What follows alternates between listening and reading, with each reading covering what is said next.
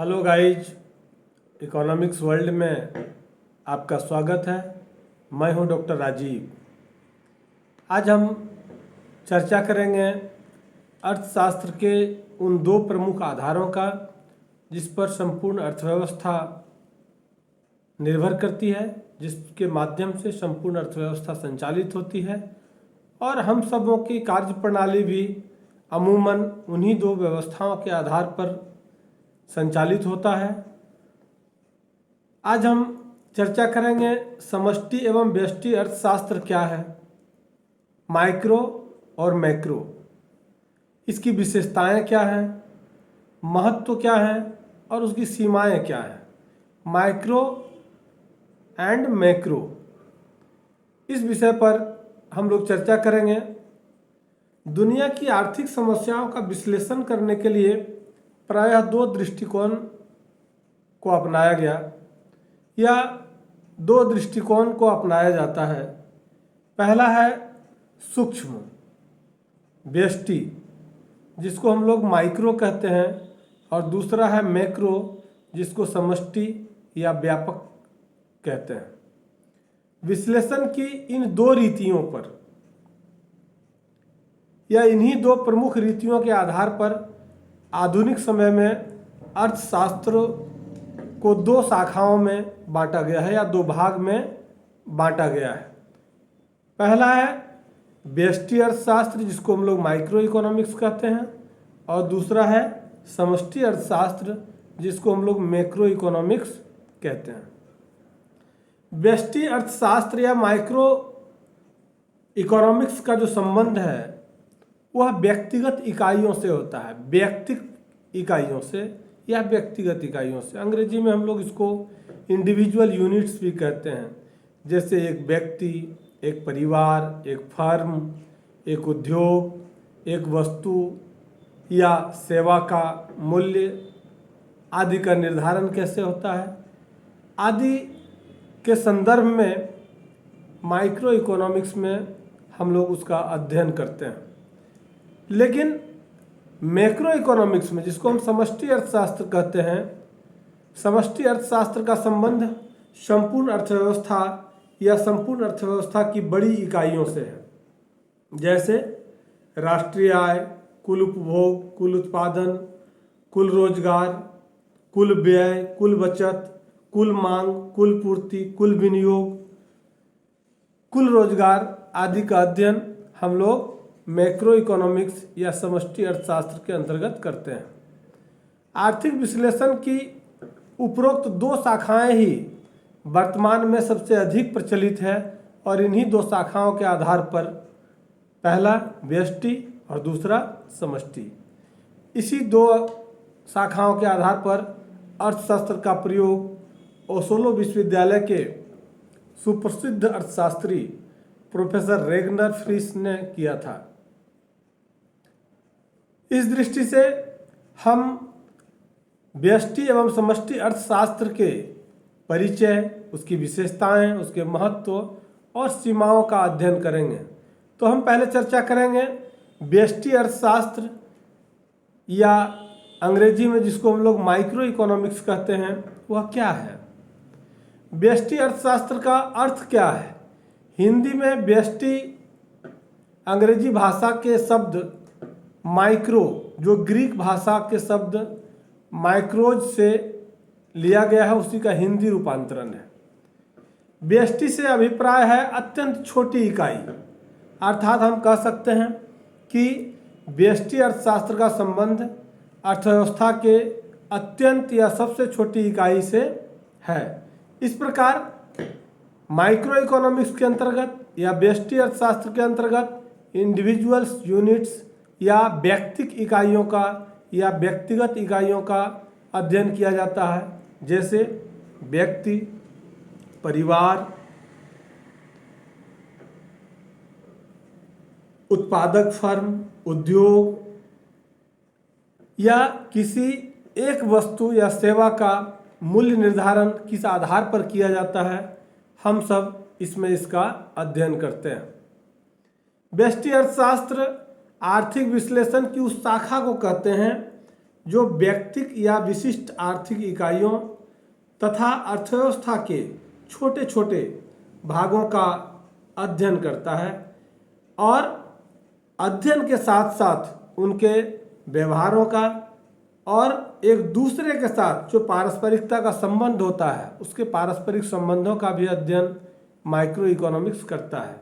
यहाँ किसी वस्तु का कीमत निर्धारण, व्यक्तिगत उपभोक्ता या किसी व्यक्ति की आय, उत्पादकों का व्यवहार, उसका आर्थिक नियोजन, व्यक्तिगत फर्म, व्यक्तिगत उद्योग, संगठन आदि के तथ्यों के बारे में अध्ययन किया जाता है।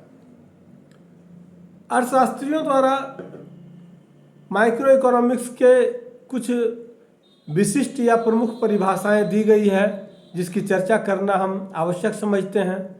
माइक्रो को परिभाषित करते हुए प्रोफेसर बोल्डिंग ने कहा है कि व्यष्टि अर्थशास्त्र विशिष्ट फर्मों, विशिष्ट परिवारों, व्यक्तिक कीमतों, मजदूरियों, आयों, विशिष्ट उद्योगों और विशिष्ट वस्तुओं का अध्ययन है। ऐसे ही प्रोफेसर चेम्बरलिन ने भी व्यष्टि अर्थशास्त्र को परिभाषित करते हुए कहा है कि व्यष्टि अर्थशास्त्र पूर्ण रूप से व्यक्तिगत व्याख्या पर आधारित है, इंडिविजुअल एनालिसिस, और इसका संबंध अंतर व्यक्तिक संबंधों से भी होता है।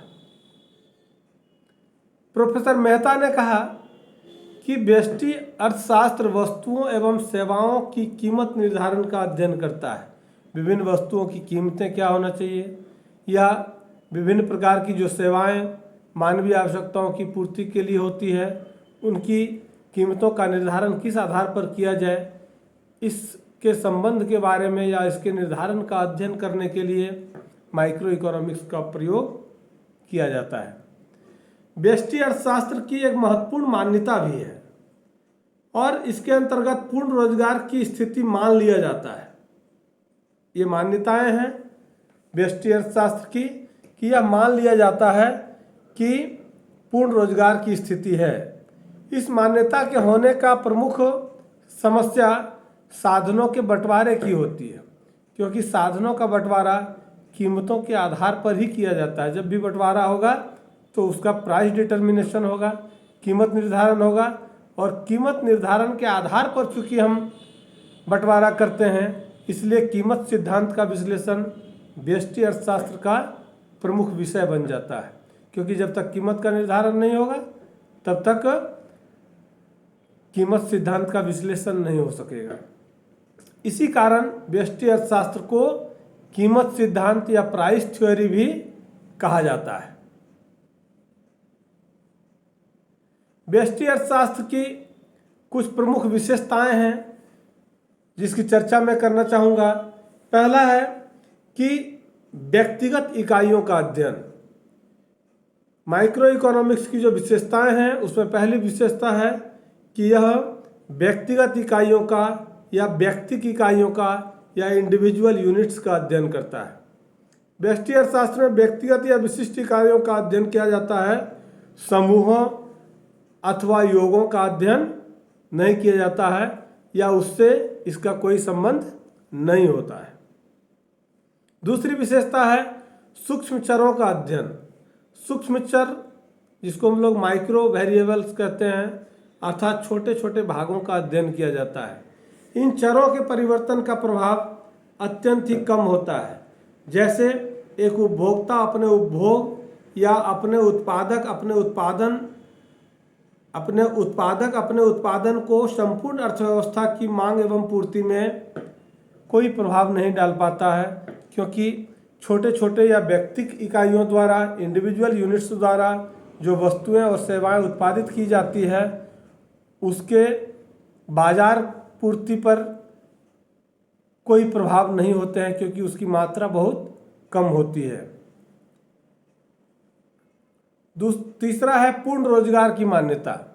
जैसा मैंने पहले कहा कि व्यष्टि अर्थशास्त्र का मूल्य सिद्ध को व्यष्टि अर्थशास्त्र कहें या व्यष्टि अर्थशास्त्र को हम मूल्य सिद्धांत के नाम से भी जानते हैं। इसके अंतर्गत वस्तु की मांग एवं पूर्ति की घटनाओं का अध्ययन किया जाता है, जहां विभिन्न वस्तुओं के व्यक्तिगत मूल्य निर्धारण भी किए जाते हैं। चूँकि यह इंडिविजुअल यूनिट्स को डिसाइड करता है, इसलिए हम लोग कहते हैं कि यहाँ व्यक्तिगत मूल्य निर्धारण किए जाते हैं। अब इसका महत्व क्या है? व्यष्टि अर्थशास्त्र के महत्व को समझने के लिए कुछ प्रमुख बिंदुओं को समझना आवश्यक है।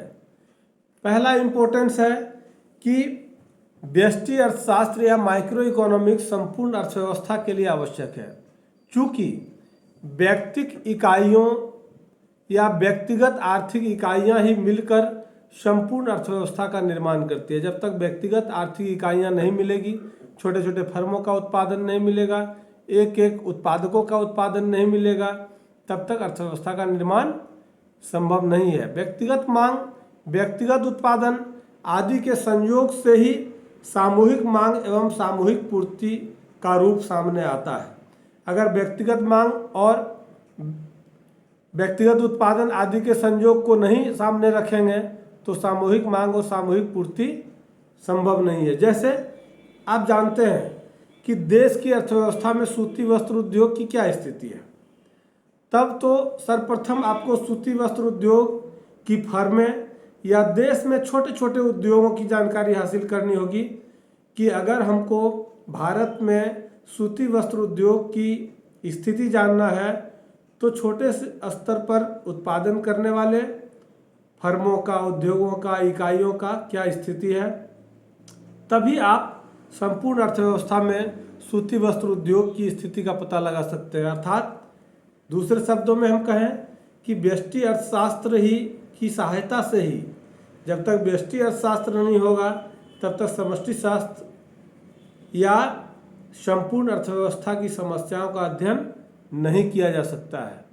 दूसरा महत्व है व्यक्तिगत इकाइयों को अपने क्षेत्र में आर्थिक निर्णय लेने में सहायता करता है।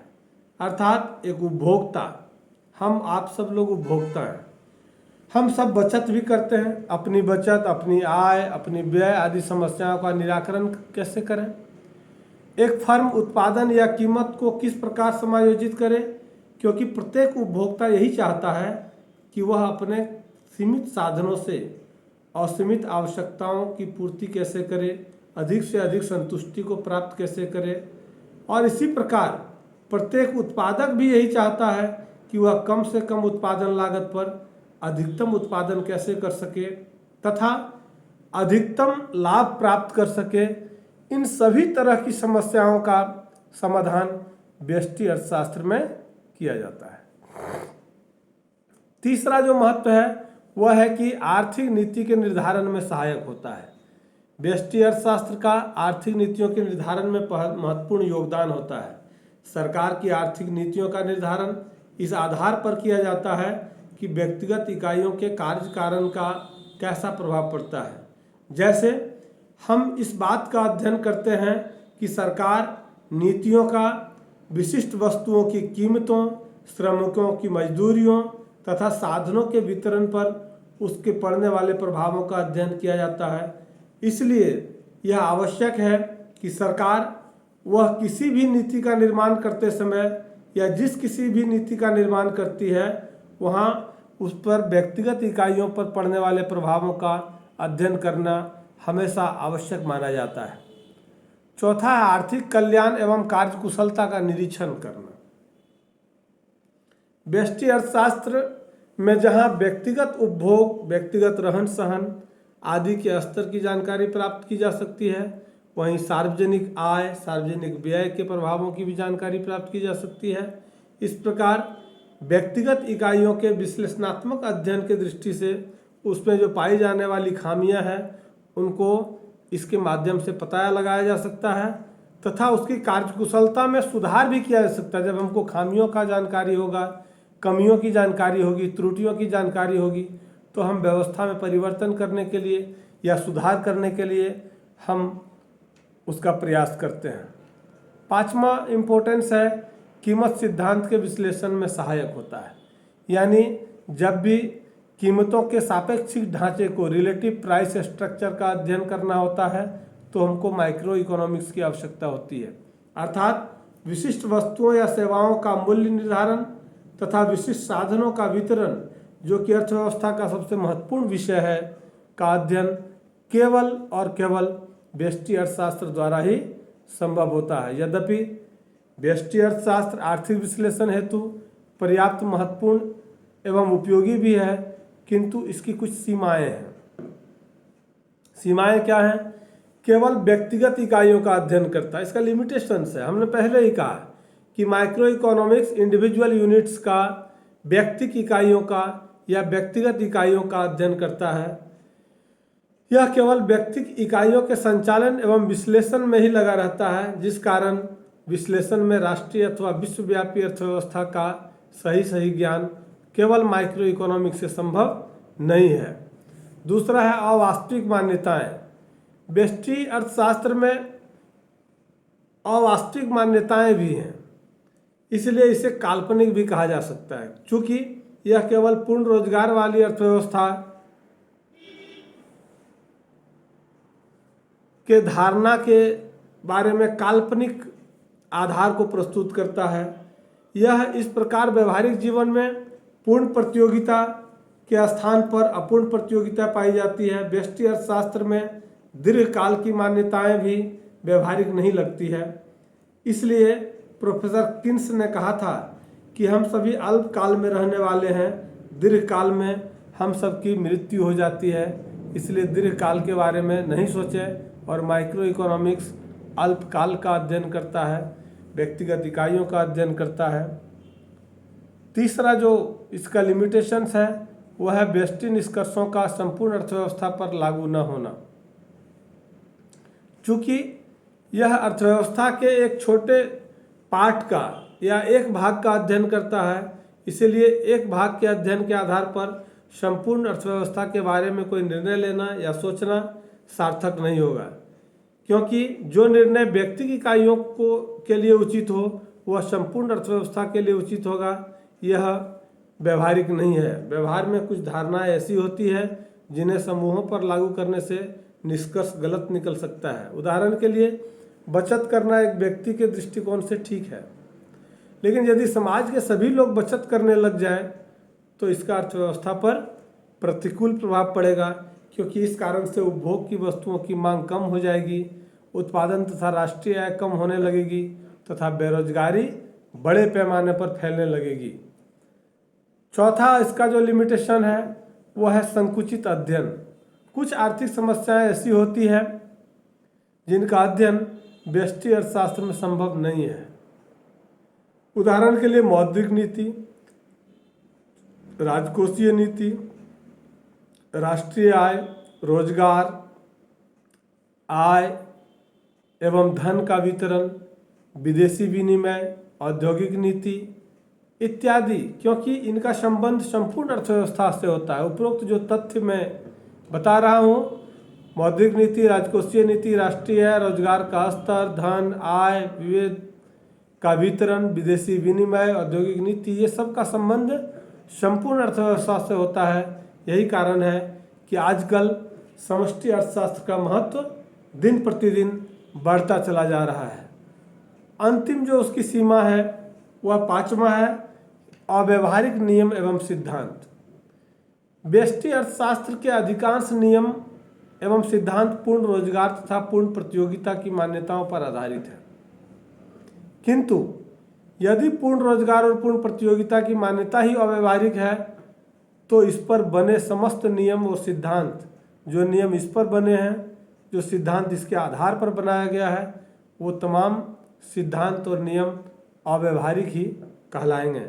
इस प्रकार अर्थव्यवस्था के एक महत्वपूर्ण भाग समष्टि अर्थशास्त्र क्या है, उसकी मान्यताएं क्या हैं, उसकी सीमाएं क्या हैं, उसका महत्व क्या है, और उससे हमको, आपको, इस देश को, अर्थव्यवस्था को, अर्थव्यवस्था की आर्थिक प्रणाली को क्या लाभ है, इन विषयों पर लेकर हमने चर्चा की। आपको वीडियो अच्छा लगे तो सब्सक्राइब करेंगे, शेयर करेंगे। धन्यवाद।